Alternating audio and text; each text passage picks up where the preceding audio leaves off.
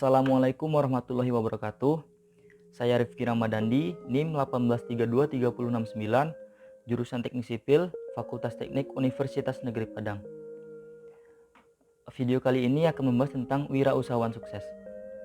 Untuk lebih lengkapnya, mari simak video berikut ini.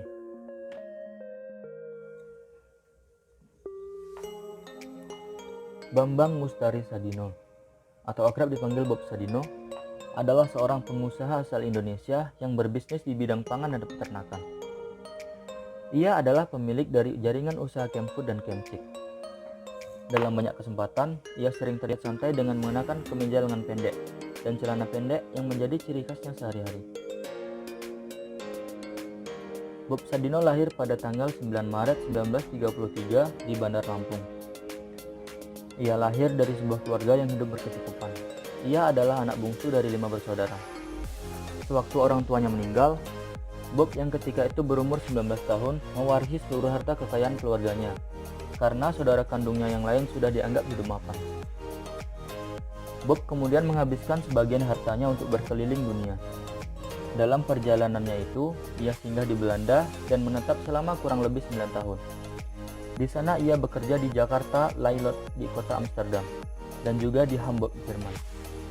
Ketika tinggal di Belanda, Bob bertemu dengan pasangan hidupnya, Sulami Sujud. Pada tahun 1967, Bob dan keluarga kembali ke Indonesia. Ia membawa serta 2 Mercedes miliknya, buatan tahun 1960-an. Salah satunya ia jual untuk membeli sebidang tanah di Kemang.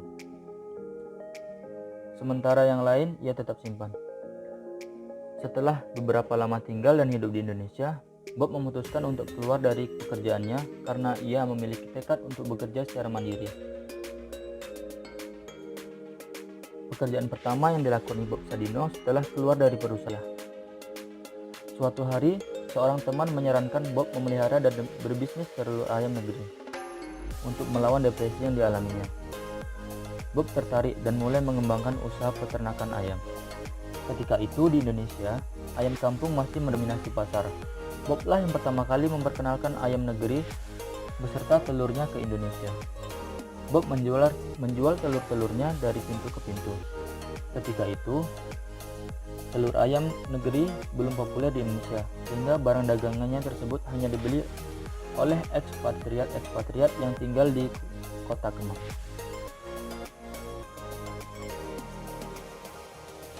Namun, seiring berjalannya waktu, telur ayam negeri mulai dikenal sehingga bisnis Bob semakin berkembang. Bob kemudian melanjutkan usahanya dengan berjualan daging ayam. Selain memperkenalkan telur ayam negeri, ia juga merupakan orang pertama yang menggunakan perdagangan sayur sistem hidroponik di Indonesia. Catatan awal tahun 1985 menyebutkan rata-rata per bulan perusahaan Bob menjual 40-50 ton daging segar, 60-70 ton daging olahan, dan sayuran segar 100 ton. Kondisi kesehatan Bob Sadino menurun setelah istrinya, Sulami Sujud, meninggal dunia pada Juli 2014. Setelah sempat dirawat selama 2 pekan di Rumah Sakit Pondok Indah, pada tanggal 19 Januari 2015, pukul 18.05, Bob Sadino meninggal dunia karena sakit. Itulah kisah hidup Bob Sadino, seorang wirausahawan sukses yang menjadi... Apa sih makna wirausahawan sukses itu? Wirausahawan sukses yaitu seseorang yang mampu mengelola usahanya dan terus mengembangkan usahanya tersebut hingga mencapai target yang telah ia tentukan, bahkan melampauinya, dan mencapai suatu keberhasilan. Hal-hal apa saja yang harus diperhatikan untuk menjadi seorang wirausahawan sukses?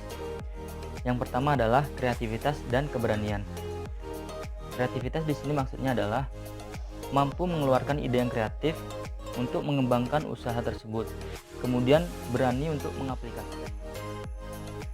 Yang kedua adalah semangat dan kemauan. Banyak orang yang sulit untuk melakukan atau memulai suatu usaha dikarenakan belum adanya semangat dan kemauan, hanya sebatas ide saja.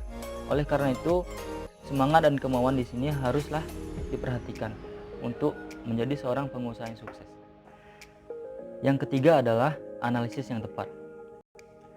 Analisis yang tepat maksudnya kita harus mampu menganalisis usaha apa yang bisa kita kembangkan. Kemudian bagaimana usaha tersebut setelah kita lakukan, apakah memiliki keuntungan besar atau akan memiliki kendala yang banyak. Hal itulah yang harus kita perhatikan.